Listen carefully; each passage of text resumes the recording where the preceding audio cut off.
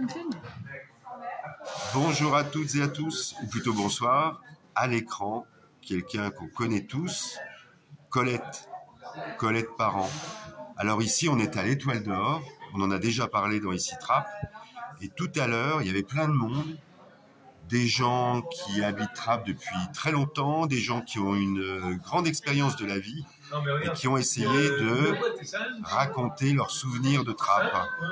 C'est bien ça, hein, Colette, qui s'est passé. Alors pourquoi tu as voulu faire une réunion de ce type-là, en fait? Eh bien, nous souhaitions réunir des trappistes pour qu'ils s'expriment, eux, sur leurs souvenirs de Trappes, sur la manière dont ils ont vécu leur présence à Trappes au fil de toutes ces années. Et l'idée, c'était que ce soit eux qui s'expriment davantage que moi-même qui de temps en temps fait des articles d'histoire. Là, c'est comment intégrer les gens dans la vie des gens dans l'histoire, dans la grande histoire. Et c'était intéressant de les entendre. Ah oui, c'était très intéressant parce que là, en termes d'histoire avec sa grande hache, comme on dit des fois, ça a parlé de logement, ça a parlé de métier, les cheminots évidemment, ça a même parlé d'agriculteurs. À Trappes, il y avait des agriculteurs, il y a même un ancien trappiste qui est arrivé là en 66 qui parlait des petits pois de Trappes, une boîte de conserve, on produisait des petits pois. Oui, en effet, il y a des gens, moi je n'ai pas connu la période des petits pois. Il y a des gens qui allaient dans les champs ramasser les petits pois du fermier Cupers. Et il y a même un qui n'est pas là aujourd'hui, qui nous disait même qu'il est allé travailler pendant ses vacances dans l'usine Cupers dans la conserverie. Et c'était une usine qui était le long de la Nationale 12, là, du côté de l'entrée officielle de la base de loisirs, de l'île aux loisirs, la base là, qui a disparu depuis. Et à l'origine, c'était même une distillerie.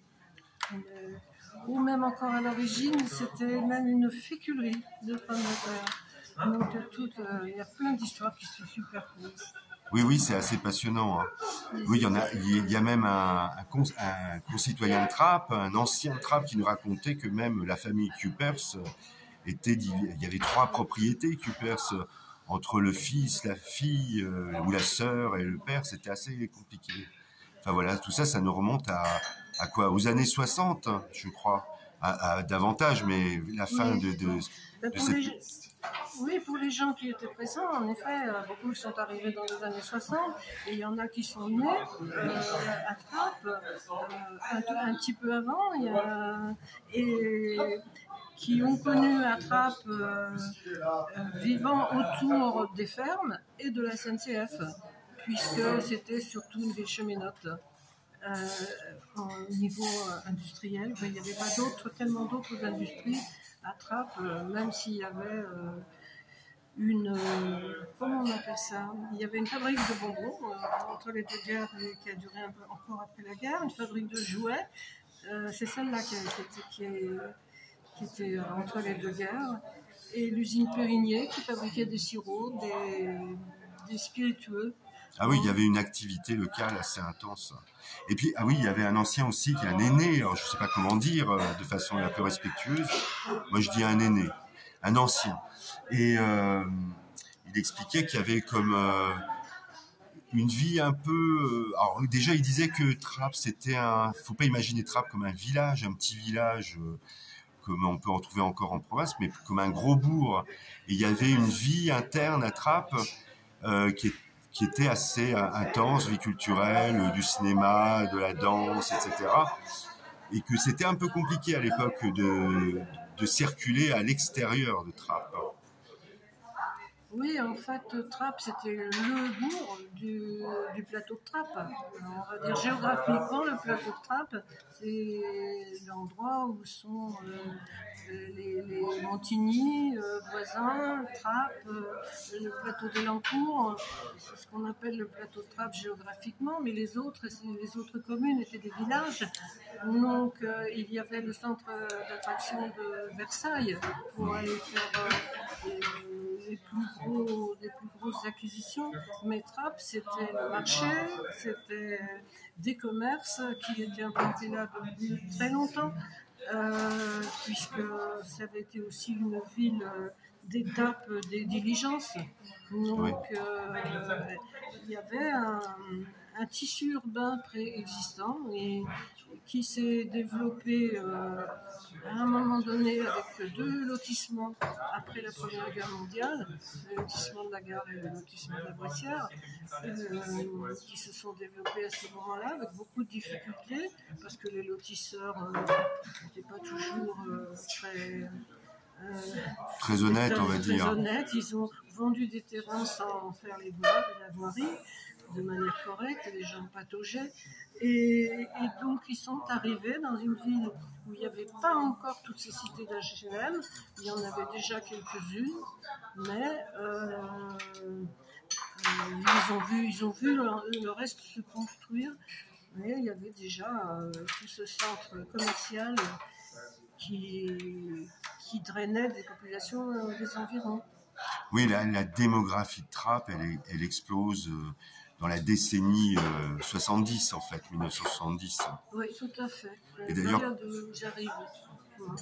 Et d'ailleurs, on retrouve des vieilles photos. On ne peut pas soupçonner qu'à cet endroit-là, par exemple, il y avait des activités agricoles. Par exemple, on pourrait parler du conservatoire de musique. Derrière, il y a une statue, un hippopotame, et là, c'était une cour de ferme, c'était une ferme. Oui, il y avait 3 grosses fermes à Trappes, enfin même 4 d'ailleurs, et puisqu'il y en avait une là où il y a la zone industrielle de Trappes et l'Encourt, à proximité du bois, donc il y avait même là plutôt de l'élevage, de chevaux et de vaches, et donc il y avait des cheptels importants dans toutes ces fermes. D'ailleurs, quelqu'un nous a raconté là tout à l'heure que le boucher qu'on a eu longtemps à Trappes dépendait du fermier de Trappes, du fermier de Cuypers. On achetait la boucherie de Trappes du Merisier, parce que c'est celle qui était plantée au Merisier. C'était une filiale de l'entreprise Cuypers. Les Cuypers sont partis ensuite en Seine-et-Marne. Ils sont toujours présents en Seine-et-Marne. Oui, et puis il y a une autre personne qui racontait que on voyait des vaches, on voyait des cultures, mais aussi il y avait des choses parfois un peu désagréables en fonction du sens du vent. C'est que on ne sait pas ça quand on est un urbain, c'est que parfois la betterave ou les déchets de betterave, ça sent pas super bon. Donc des fois il y avait des flux d'odeurs qui n'étaient pas forcément agréables.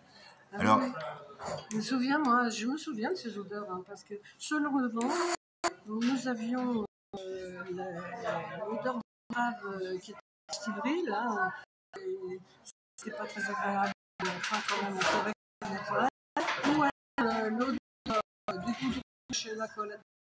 Ah oui, là ça devait être moi. Ça...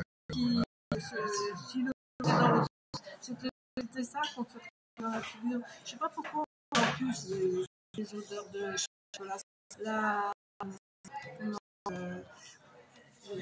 Les betteraves, c'est très bien pourquoi on ne le fait plus, mais voilà. Alors, est-ce que c'est une expérience que tu vas renouveler ici, à Val d'Or, venir des anciens Alors, je dis au passage, c'est ouvert à tout le monde, c'est pas ouvert aux anciens, au contraire, au contact des anciens, on peut apprendre beaucoup de choses. Ah oui, parce que il y a des jeunes femmes là, qui ont discuté longtemps avec un ancien trappiste, elles étaient très contentes, elles étaient venues pour ça, écouter. Elles sont sur le groupe de Facebook, le groupe de Trappes, et elles sont venues par ce biais. Et oui, alors, c'est possible que nous venions, mais ça nous verrons affiner le projet et répondre aux questions éventuellement.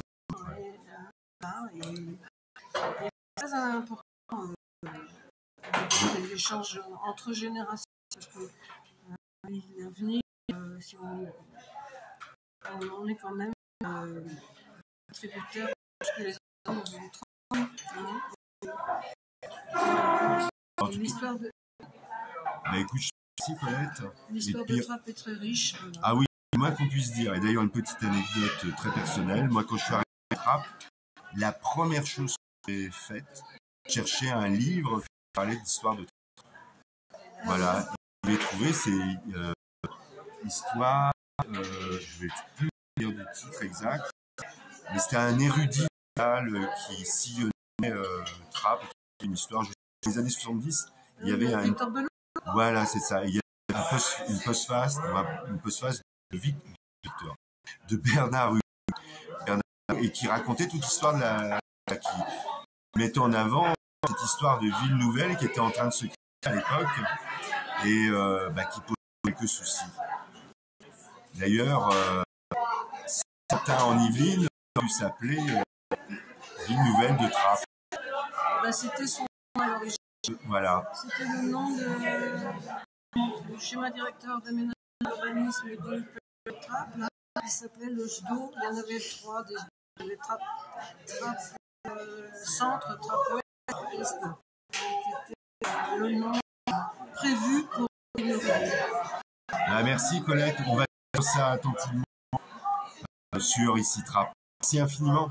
À bientôt. Merci.